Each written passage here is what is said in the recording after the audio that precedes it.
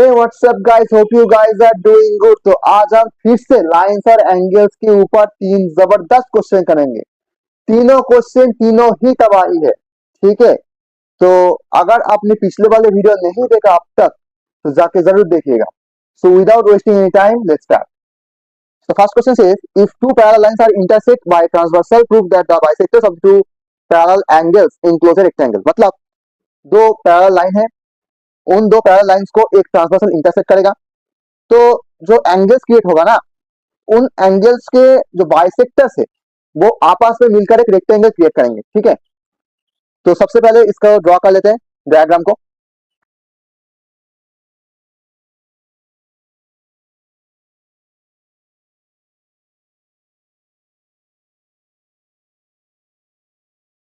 ठीक है, सो हमारा डायग्राम तैयार है, देख लो। ये दो लाइन है, ये दोनों पैरेलल है, ठीक है, और ये है ट्रांसवर्सल। तो अगर ट्रांसवर्सल अगर इन दोनों A B and C D parallel lines को अगर इंटरसेक्ट करे, किन किन पॉइंट में इंटरसेक्ट कर रहा है? एक पॉइंट है ई, दूसरा पॉइंट है एफ, ठीक है। दो पॉइंट में इंटरसेक्ट कर रहे हैं, तो हमारे पास चार एंगल्स है, ये वाला, ये वाला, ये वाला और ये वाला। चार इंटीरियर एंगल्स है ना। अब उन एंगल्स को जो बाइसेक्ट कर रहे हैं, यानी कि दो हिस्सों में, दो समान हिस्सों में बांट रहे हैं, वो है एक इस वाले एंगल को बांट रहा है जीई, इस वाले एंगल को बांट रहा है, बाइसेक्ट कर रहा है ईएच, इस वाले एंगल को बाइसेक्ट कर रहा है जीएफ, एंड इस वाले एंगल को बाइसेक्ट कर रहा है एफएच। तो क्वेश्चन में ये बोला गया है कि ये जो GEHF है, ये एक रेक्टेंगल हमें प्रूफ करना पड़ेगा, ठीक है। देखते कैसे करते हैं, चलो। सबसे पहले हम यहाँ पे लिखेंगे कि A B parallel C D and transversal T intersects at E and F respectively। मतलब A B and C D को ई और एफ में इंटरसेक्ट करा है, ठीक है, ओके। अब बारी आती है बाइसेक्टर्स की। And produce four internal angles. क्या क्या एंगल बन चुका है? एक है ए ई एफ, दूसरा है बी ई एफ, समझ में आया? ये वाला एंगल है, ये वाला एंगल है ए ई एफ, ये वाला एंगल है बी एफ, ये वाला एंगल जो है वो है सी एफ ई, और ये वाला एंगल जो है वो है बी एफ ई, है ना।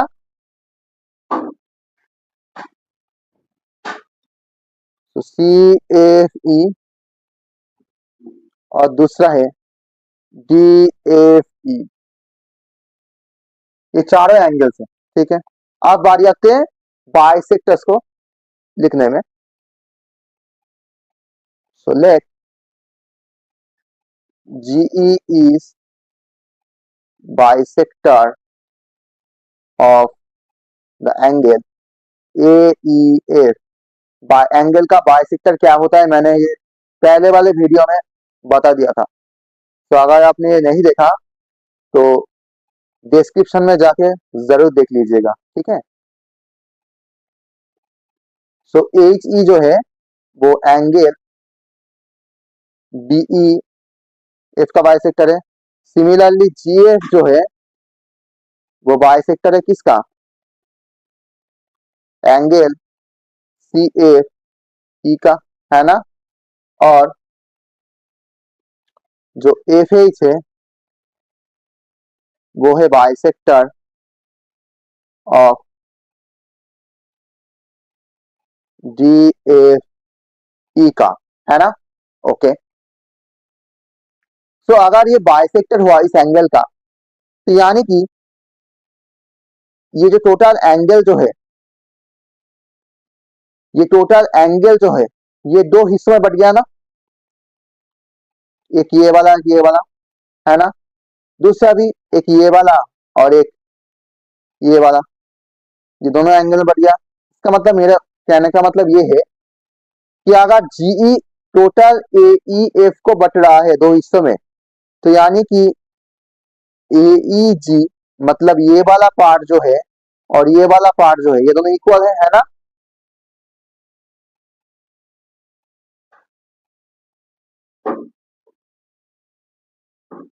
सिमिलरली हम सेम यहां पर भी बोल सकते हैं, मतलब ये वाला पार्ट और ये वाला पार्ट ये दोनों सेम ही है क्योंकि ये दोनों एक ही एंगल्स का बाइसेक्शन है।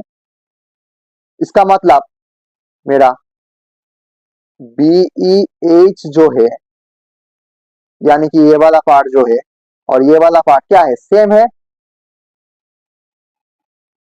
यानी कि बीईएच जो है और एच ई एफ वही है।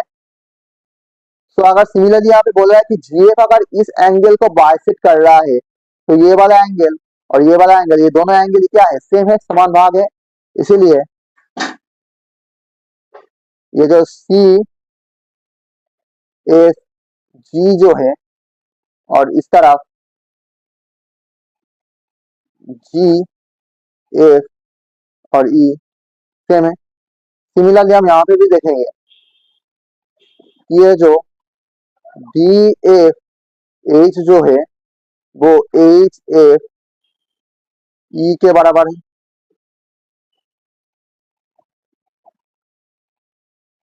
ठीक है, ओके। अब बारी आती है प्रूफ।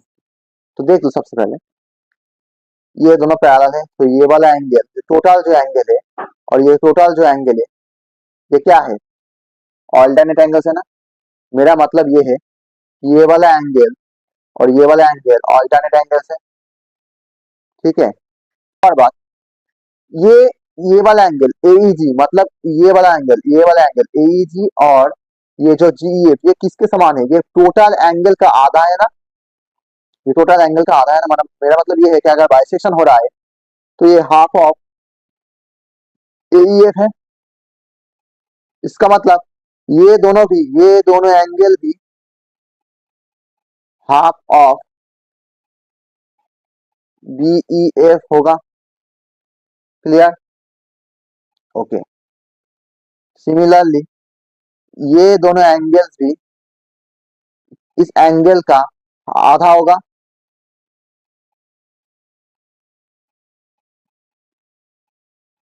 सिमिलरली ये दोनों एंगल भी ये वाला एंगल और ये वाला एंगल भी इस टोटल एंगल का आधा होगा।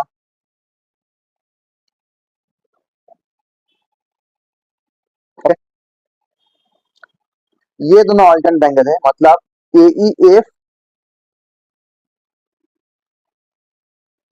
और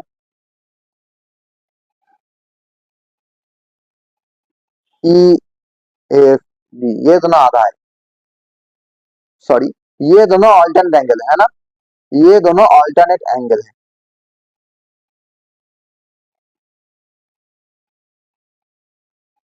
सो अगर हम दोनों तरफ हाफ से मल्टीप्लाई कर दे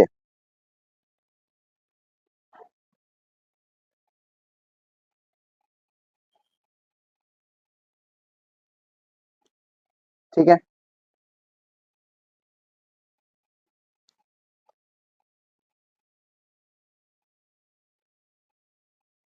ओके।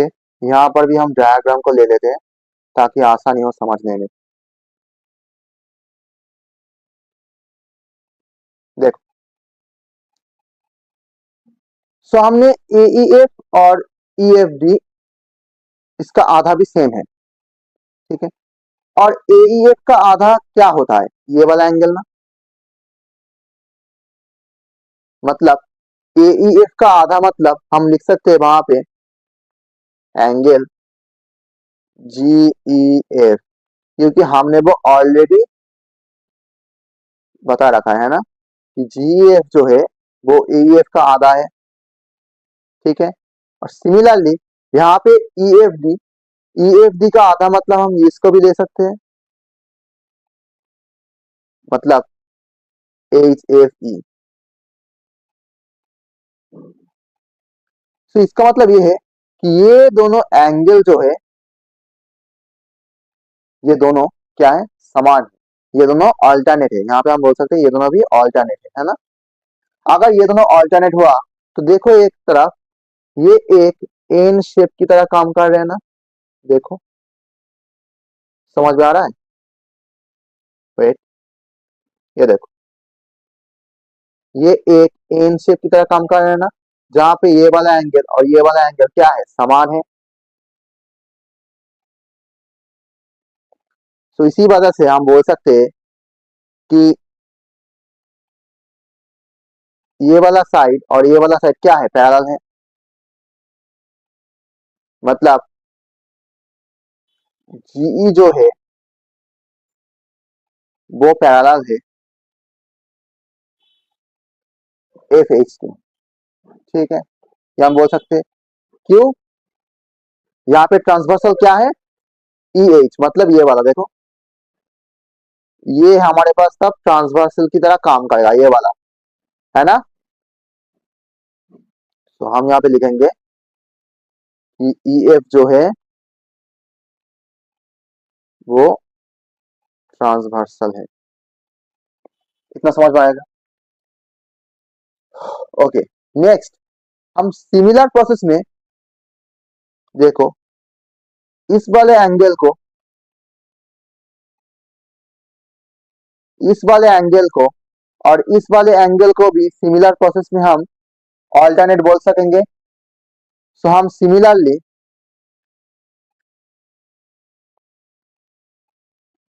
ये बोल पाएंगे कि जी एफ जो है वो पैरेलल है ई एच से, मतलब ये वाला साइड और ये वाला साइड भी पैरेलल होगा। सिमिलर प्रोसेस में अगर ये दोनों भी ऑल्टरनेट हो गया, ठीक है।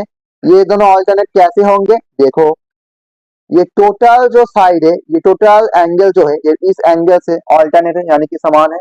वेट, मतलब ये जो टोटल एंगल है यहाँ पे क्या एंगल है, ये है ई एफ जी, ये टोटल एंगल जो है। और यहाँ पे जो एफ ई बी है ना, ये दोनों भी ऑल्टरनेट एंगल है क्योंकि A B C D parallel है और टी ट्रांसवर्सल है, इसीलिए ये हमारे पास टी है, तो टी ट्रांसवर्सल है इसीलिए। तो अगर ये दोनों इक्वल हुआ ऑल्टरनेट की बदौलत, तो इन दोनों का आधा भी इक्वल होगा। आधा का मतलब क्या है, देखो यही तो है आधा, मतलब G F E and H E F, ये तो आधा ही तो हुआ ना। तो इसका मतलब हम आसानी से बोल सकेंगे कि जी एफ जो है वो ई एच से पैरेलल है, ठीक है। उस समय भी ये जो ई एफ जो है वही ट्रांसवर्सल रहेगा, सेम ये ई एफ भी उस समय ट्रांसवर्सल रहेगा, ठीक है। इतना समझ में आ गया। तो हमारे पास जो ई जी एफ एच है, यह पता चल गया कि ऑपोजिट साइड जो है वो पैरेलल है, ठीक है। लेकिन हम इससे, इसके बदौलत हम ये नहीं बोल सकते कि ये जो क्वाड्रेटल है ये एक रेक्टेंगल है। रेक्टेंगल की एक और चीज चाहिए, वो है एक एंगल जो होना चाहिए वो है 90 डिग्री, है ना। रेक्टेंगल का हर एक एंगल क्या होता है, 90 डिग्री होता है। तो अगर हम एक एंगल को 90 डिग्री प्रूफ कर दे, सो डेफिनेटली बाकी तीनों एंगल भी 90 डिग्री होगा, ठीक है, क्योंकि साइड जो है वो पैरेलल है और इक्वल भी हो जा रहा है, इसीलिए। तो ये एक्चुअली पैरेललोग्राम का टॉपिक है जो मैं क्वाड्रेटल चैप्टर में भी पढ़ाऊंगा बहुत जल्द। तो उससे पहले हम ये जो 90 डिग्री है वो वाला प्रूफ करते हैं, चलो। देखो ये टोटल एंगल को जरा गौर से देखो, ये टोटल एंगल क्या है, ये टोटल एंगल क्या है, स्ट्रेट लाइन लीनियर एंगल है ना। देखते हैं, देखो। सो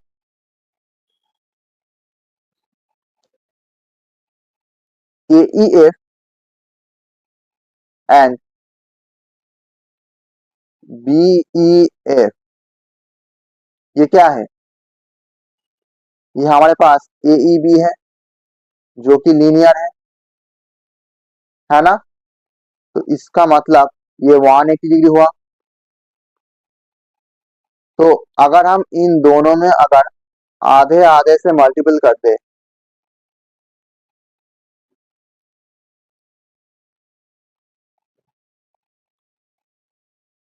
तो यहाँ पर भी अगर आधा से मल्टीपल करें तो 90 डिग्री हुआ, है ना। तो इसका मतलब ये आधा इन दोनों से मल्टीपल होगा, so half of A E F and half of B E F ना।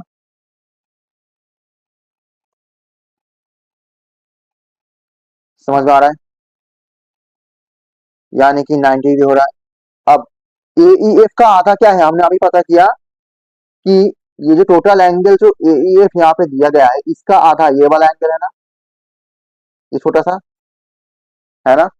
इसका मतलब ए ई एफ का आधा हम कैसे लिख सकेंगे,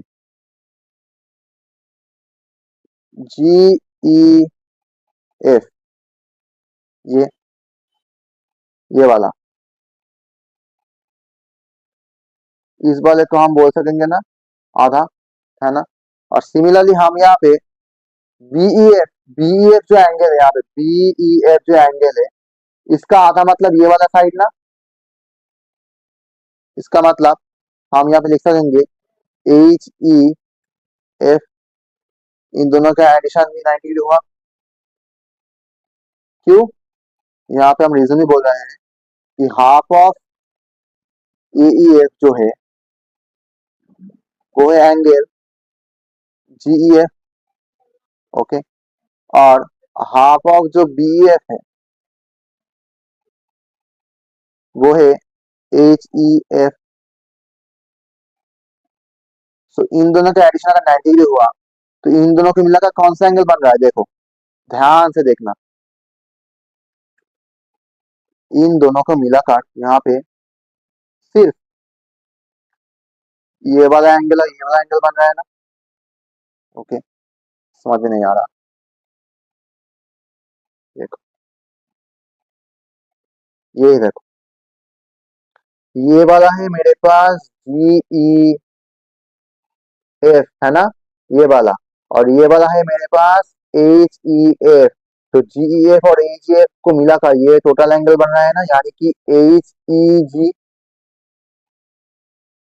तो जी ई एफ और एच ई एफ को मिलाकर हमें बन रहा है क्या, एच ई जी, 90 डिग्री। तो मेरा मतलब ये है कि जो क्वाड्रिलेटरल का एक एंगल जो है वो हमारे पास हो गया क्या, 90 डिग्री, है ना। ये देखो, मतलब मेरे पास, मेरा मतलब ये है कि ये टोटल एंगल क्या हो रहा है, 90 डिग्री हो रहा है।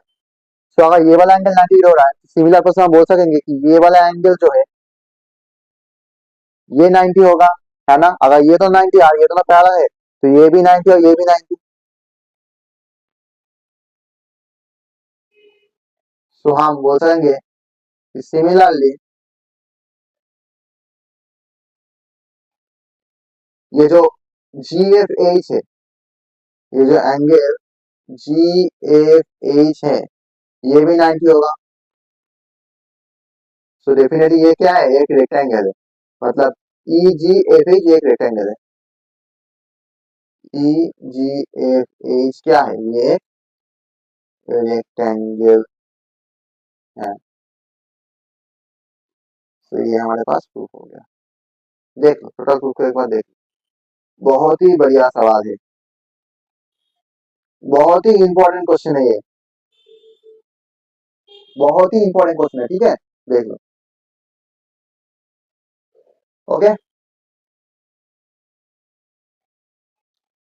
तो अगर थोड़ा सा दिक्कत आया है तो इस वीडियो को एक और रिपीट में देख लेना, तो आशा करता हूँ समझ में आ जाएगा। यहाँ पे बोला गया है कि ये दोनों एंगल जो है, okay, A B and E D parallel है, परफेक्ट।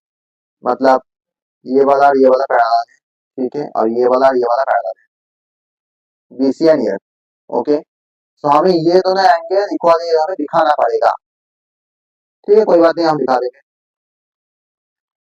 उससे पहले हम क्या करेंगे, देखो ये जो ईडी है ना, ये जो ईडी है इसको हम यहाँ से एक्सटेंड करेंगे, थोड़ा सा क्या करेंगे, एक्सटेंड करेंगे। यहां से हम थोड़ा सा एक्सटेंड करेंगे, ठीक है, मतलब पैरेलल ही रहेगा मगर हम थोड़ा सा एक्सटेंड कर दिए। और कहां तक लिए, समझ लो कि ये मेरे पास पी है, ठीक है। तो हम यहाँ पे लिखेंगे, तो इस प्रॉब्लम को तो साइड में हटा देते हैं। अब यहाँ पे हम लिखेंगे, सो एक्सटेंड DE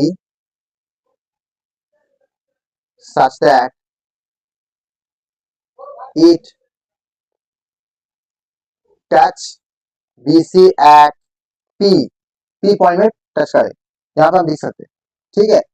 तो देखो ये वाला एंगल और ये वाला एंगल ये दोनों कॉरस्पॉन्डिंग एंगल है ना। क्यों कॉरस्पॉन्डिंग है, क्योंकि ये दोनों पहले से पैरेलल है। और ये वाला जो ईपी ऑन रहा है ये ट्रांसवर्सल है ना। तो हम यहाँ पे लिखेंगे कि ईएफ जो है वो पैरेलल पीसी होगा। क्यों पीसी होगा, अगर टोटल के साथ अगर बीसी के साथ पैरेलल हुआ तो उसका एक छोटा सा टुकड़ा यानी कि पीसी के साथ भी पैरेलल होगा। एंड ईपी जो है वो क्या है, वो ट्रांसवर्सल है, ओके। अगर ईपी ट्रांसवर्सल हुआ तो देखो यहाँ पे दो एंगल बन रहा है, एक है DEF और एक है EPC, यानी कि ये वाला एंगल और ये वाला एंगल इसमें क्या बन रहा है, कॉरस्पॉन्डिंग एंगल बन रहा है।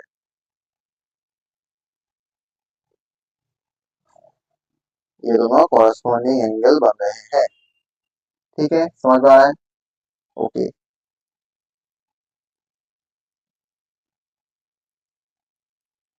अब देखते हैं, देख अब आ जाती है इस वाले में, ये जो ए बी है वो डी से पैरेलल है, ये गिवन है। अगर डी से पैरेलल हुआ तो हमने तो डी को जस्ट ईपी तक एक्सटेंड किया है ना, तो ये पूरा डीपी से भी पैरेलल होगा। यानी कि मेरा मतलब ये है कि ए बी जो है वो पूरा का पूरा डीपी के साथ पैरेलल है। क्यों डीपी के साथ पैरेलल है, क्योंकि डी के साथ तो पैरेलल था ही, डी के साथ तो ऑलरेडी पैरेलल था, लेकिन हमने डी को एक्सटेंड किया पी तक, तो पूरा डीपी से ही पैरेलल होगा।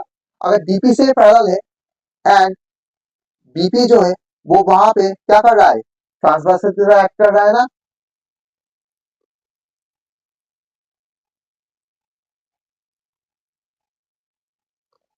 सो अगर बीपी ट्रांसवर्सल यानी कि ये वाला लाइन जो ये ट्रांसवर्सल हुआ, सो ये वाला एंगल और ये वाला एंगल दोनों भी क्या हो गया, कॉरस्पॉन्डिंग हो रहा है ना। देखो ये दोनों पैरेलल है, ये दोनों पैरेलल है, और ये वाला साइड जो है वो ट्रांसवर्सल की तरह काम कर रहा है, तो ये वाला साइड और ये वाला साइड भी क्या है, कॉरस्पॉन्डिंग है ना।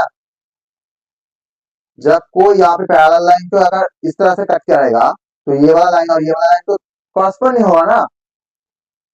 तो मेरा मतलब ये है कि एंगल एबीपी मतलब ये वाला एंगल और ये ईपीसी ये वाला एंगल सेम है। क्यों, कॉरस्पॉन्डिंग एंगल। अगर ये तो कॉरस्पॉन्डिंग एंगल के मतलब इक्वल है तो ईपीसी तो ऑलरेडी डीएफ से इक्वल है, सो यानी कि एबीपी जो है वो डीई एफ के साथ इक्वल हुआ। तो ये हो गया proof। ठीक है, एक और बात देख लो, समझा। नेक्स्ट,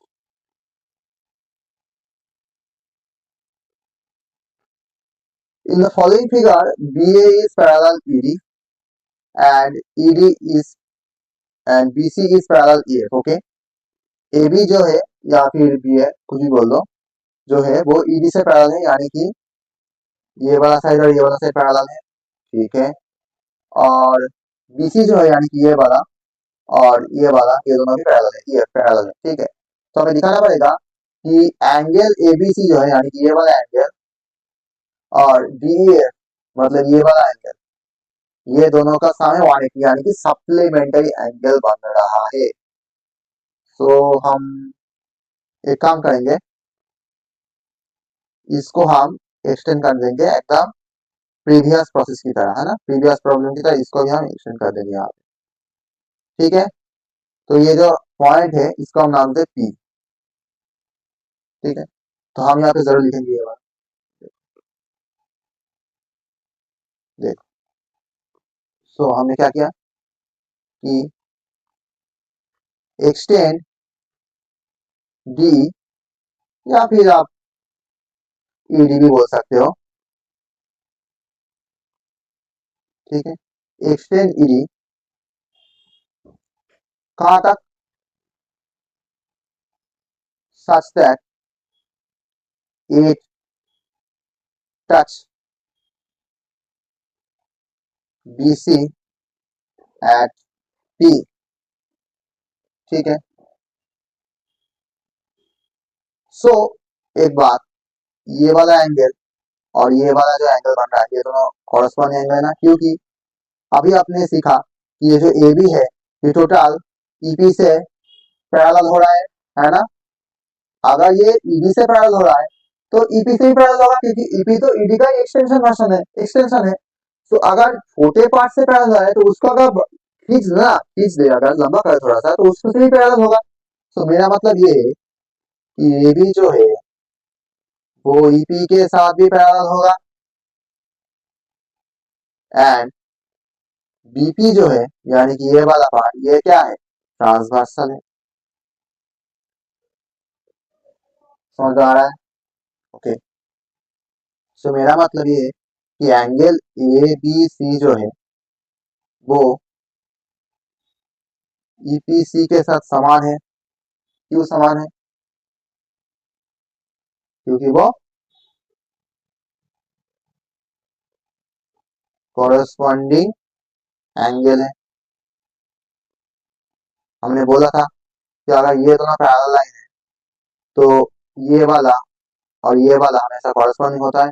यहाँ पे क्या हो रहा है, यहाँ पे केस क्या हो रहा है, देखो यहाँ पे केस इस तरह से, ये दोनों पैरेलल है और ये वाला ट्रांसवर्सल है, तो ये वाला एंगल और ये वाला एंगल हमेशा क्या होगा, कॉरेस्पॉन्डिंग एंगल होगा ना, मतलब इक्वल होगा। ठीक है,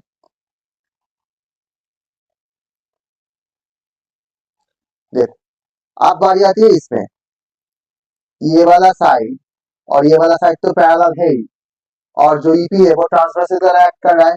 तो मेरा मतलब कि ये है कि ये वाला एंगल भी क्या है,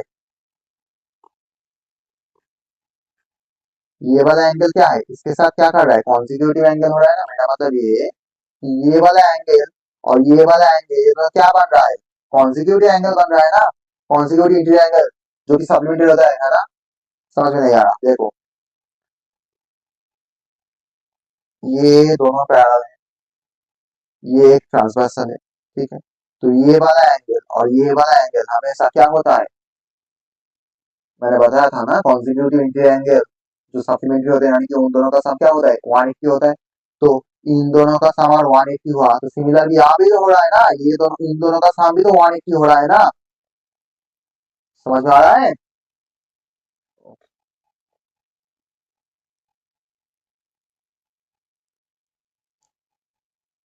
सो ये P था मेरे पास। सो EF जो है वो PC से पैरेलल है ना। अगर BC से पैरेलल हुआ तो PC से भी पैरेलल होगा, क्योंकि PC तो क्या है, BC का ही एक टुकड़ा है। अगर टोटल के साथ पैरेलल हुआ तो उसका एक पार्ट से ही पैरेलल होगा, यानी कि PC से पैरेलल होगा। अगर PC से पैरेलल हुआ है एंड ये जो EP जो है वो ट्रांसवर्सल की तरह एक्ट कर रहा है ना।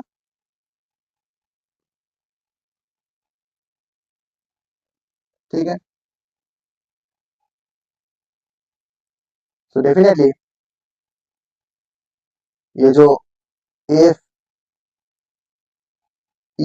है, ये जो FEP है ना, या फिर आप इसको DEF भी बोल सकते हो, एक ही बात है। देखो ये FEP जा है जो है वो DEF वही है, मतलब ये वाला एंगल तो DEF ही हुआ ना। समझ में आ रहा है कुछ? नहीं, देखो अच्छे से देखना, ध्यान से देखना है, कॉन्सेंट्रेशन करना। ये ये वाला एंगल का हम क्या क्या नाम दे सकते हैं? एक DEF3 बोल सकते हैं और एक FEP3 बोल सकते हैं। लेकिन मेरा इंटेंशन क्या है? मेरा इंटेंशन है इस वाले एंगल को इंडिकेट करना है ना, तो इसको आप DEF भी मान सकोगे।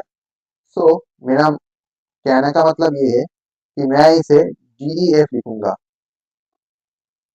क्योंकि ये वाला एंगल DEF है ना, ये वाला एंगल जो है वो DEF है, और ये वाला एंगल क्या है? EPC।